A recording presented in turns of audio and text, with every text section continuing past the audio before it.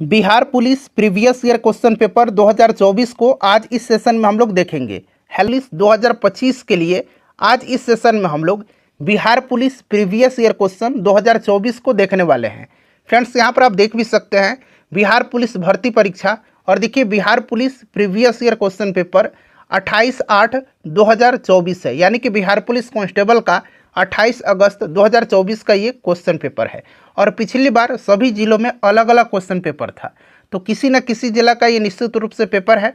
और देखिए फ्रेंड्स, अगर आप चैनल पर पहली बार आए हुए हैं और बिहार पुलिस 2025 की बेहतरीन तरीके से तैयारी करना चाहते हैं तो चैनल को सब्सक्राइब कर लीजिए, और जो बगल में बेल आइकन है, घंटी का निशान है, उसको जरूर दबा लीजिएगा, ताकि जब भी बिहार पुलिस न्यू वैकेंसी 2025 से रिलेटेड कोई भी इंपॉर्टेंट वीडियो अपलोड किया जाए तो उसका नोटिफिकेशन सबसे पहले आपके पास पहुंच जाए।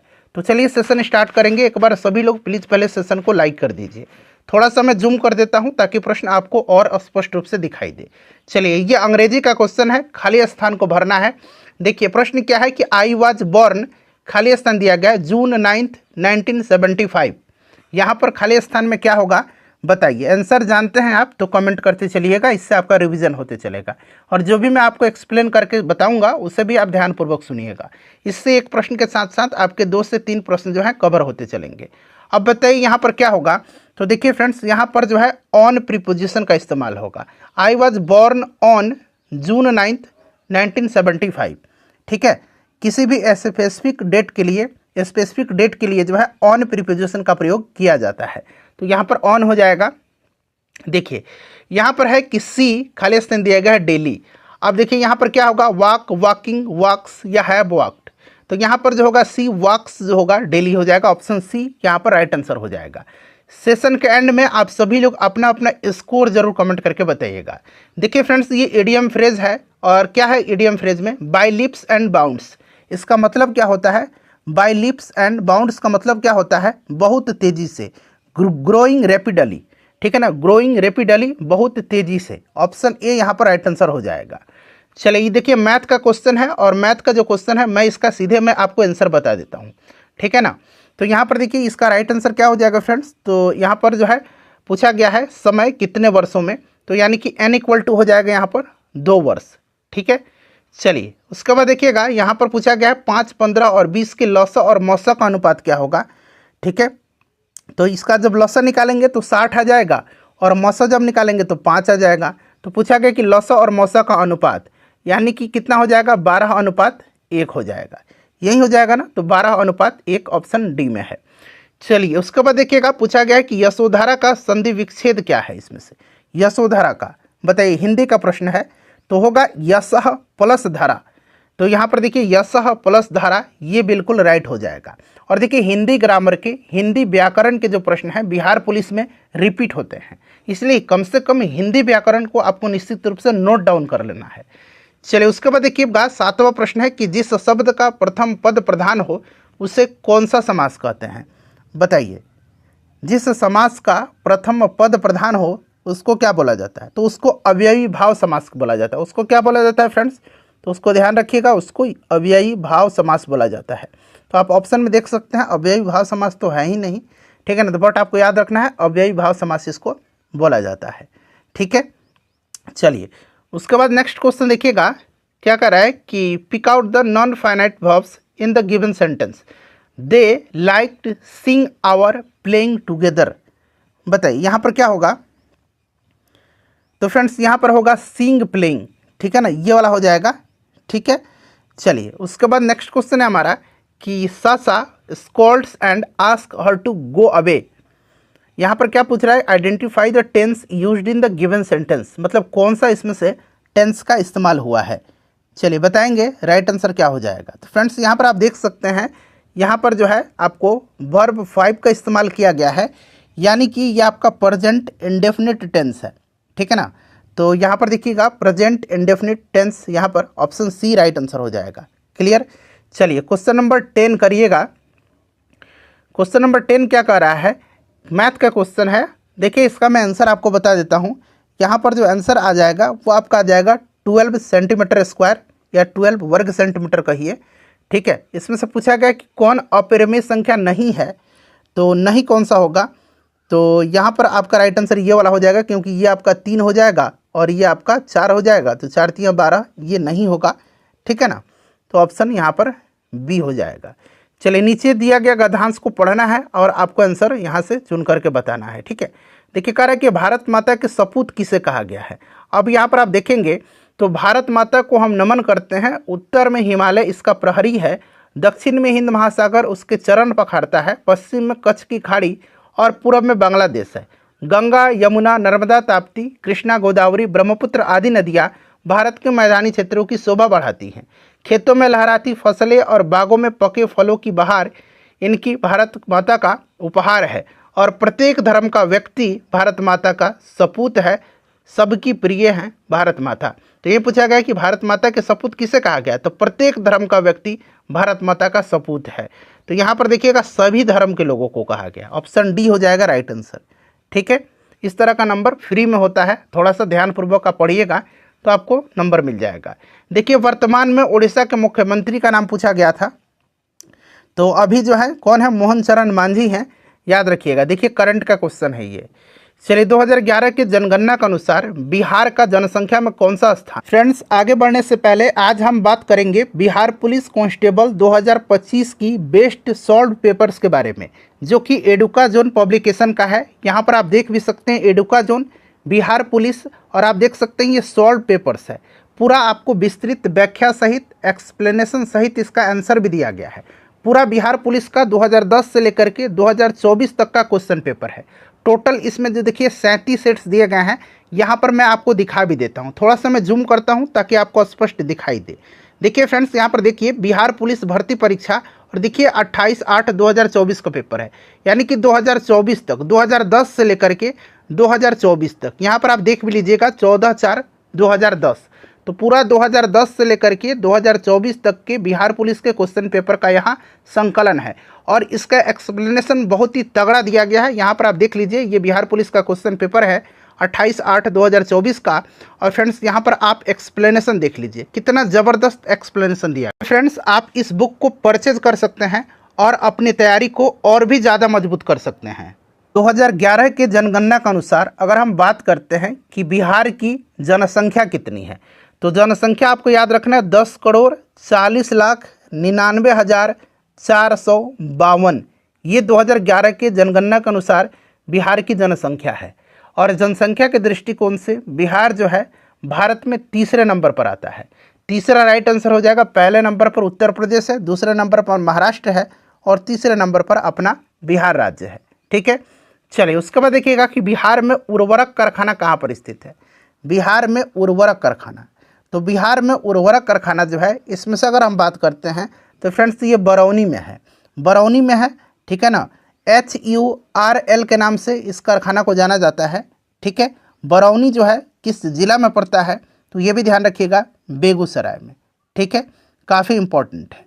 चलिए, देखिए घाव भरने के लिए किस विटामिन का प्रयोग किया जाता है। घाव भरने के लिए तो फ्रेंड्स देखिए विटामिन सी का प्रयोग किया जाता है। इसको एस्कॉर्बिक एसिड भी कहा जाता है और यह एक जल में घुलनशील विटामिन है, ठीक है ना। जल में घुलनशील विटामिन है, क्लियर, याद रखना है आपको, ठीक है, ध्यान रखिएगा। चलिए, विटामिन के रक्त के थक्का बनाने में मदद करता है, ये चीज़ आप जानते हैं, ये भी इम्पोर्टेंट है। चलिए, उसके बाद देखिएगा कि बिहार में बिहार से बना लीजिए, ज़्यादा सूटेबल होगा। बिहार से पृथक होने पर झारखंड को कितना प्रतिशत मिला था। अच्छा, झारखंड जो है बिहार से अलग कब हुआ था, डेट सहित आपको याद रखना है, 15 नवंबर सन 2000 को, ठीक है ना, बिहार से अलग हुआ था झारखंड। और देखिए फ्रेंड्स, यहाँ पर अगर हम बात करते हैं तो प्रश्न पूछा गया झारखंड को कितना प्रतिशत हिस्सा मिला था, तो फ्रेंड्स ये 45.85% मिला था, ठीक है, ये आपको याद रखना है, क्लियर। चलिए, उसके बाद नेक्स्ट क्वेश्चन है कि बिहार के किस जिला में चाय की खेती की जाती है।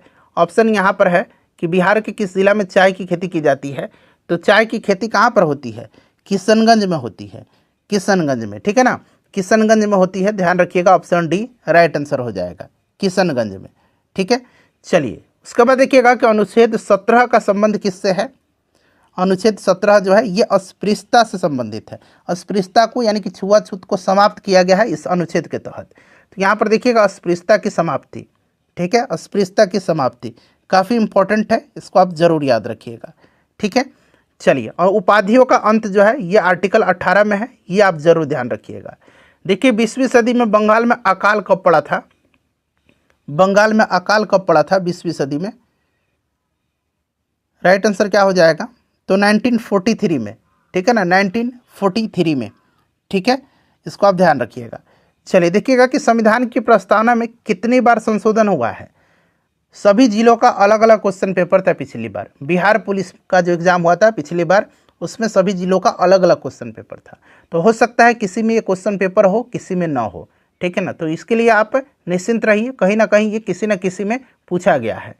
तो फ्रेंड्स केवल एक बार जो है आपको प्रस्तावना में संशोधन किया गया है, ये आपका जो 42वां संविधान संशोधन था इसी के अंतर्गत किया गया था 1976 में, ठीक है ना, इसको आप ध्यान रखिएगा। और समाजवाद, धर्मनिरपेक्ष और अखंडता शब्द जोड़े गए थे, क्लियर।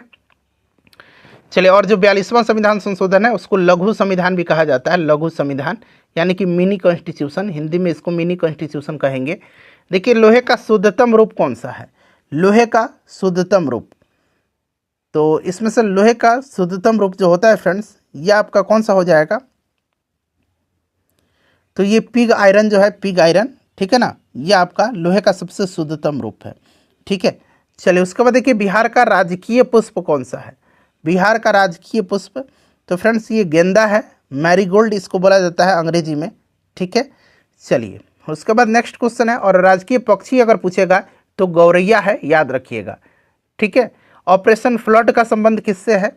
ऑपरेशन फ्लड जो है इसका संबंध दुग्ध क्रांति से है, दुग्ध उत्पादन से है, श्वेत क्रांति से है। तो यहाँ पर देखिए दुग्ध उत्पादन यानी कि श्वेत क्रांति, कभी कभी दे देगा श्वेत क्रांति। श्वेत क्रांति किससे संबंधित है? दुग्ध उत्पादन से। श्वेत क्रांति के जनक किसको कहा जाता है भारत में? तो डॉक्टर वर्गीज कुरियन को कहा जाता है, ठीक है। चलिए पृथ्वी का सबसे निकटतम ग्रह कौन सा है?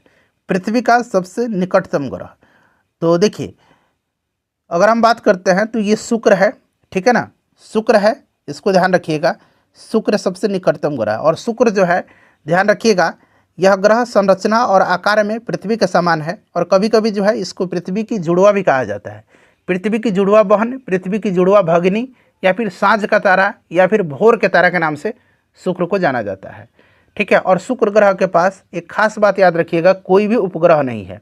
बुध और शुक्र के पास, बुध और शुक्र ग्रह के पास जो है कोई भी उपग्रह जो है नहीं है, ठीक है ना। चलिए उसके बाद देखिएगा कि स्वर के साथ स्वर मिलने से जो विकार उत्पन्न होता है उसको क्या कहते हैं, बताइए। तो फ्रेंड्स इसको स्वर संधि कहा जाता है। क्या कहा जाता है? इसको स्वर संधि कहते हैं, ठीक है। जैसे कि विद्या प्लस आलय, आपने पढ़ा है ना कि जैसे कि विद्या प्लस आलय। अब यहाँ पर देखिए स्वर के साथ स्वर मिल रहा है ना, तो ये विद्यालय बन जाता है, ठीक है।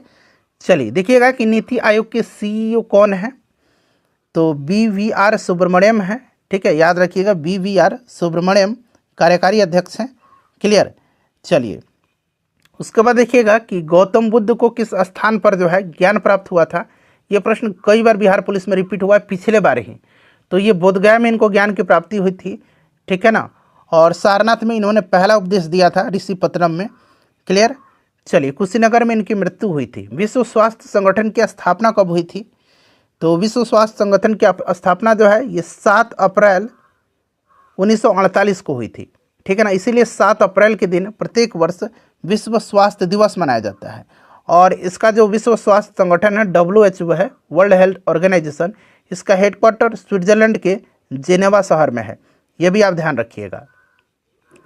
चलिए उसके बाद देखिए तमिलनाडु में अधिकांश वर्षा किसके कारण होती है?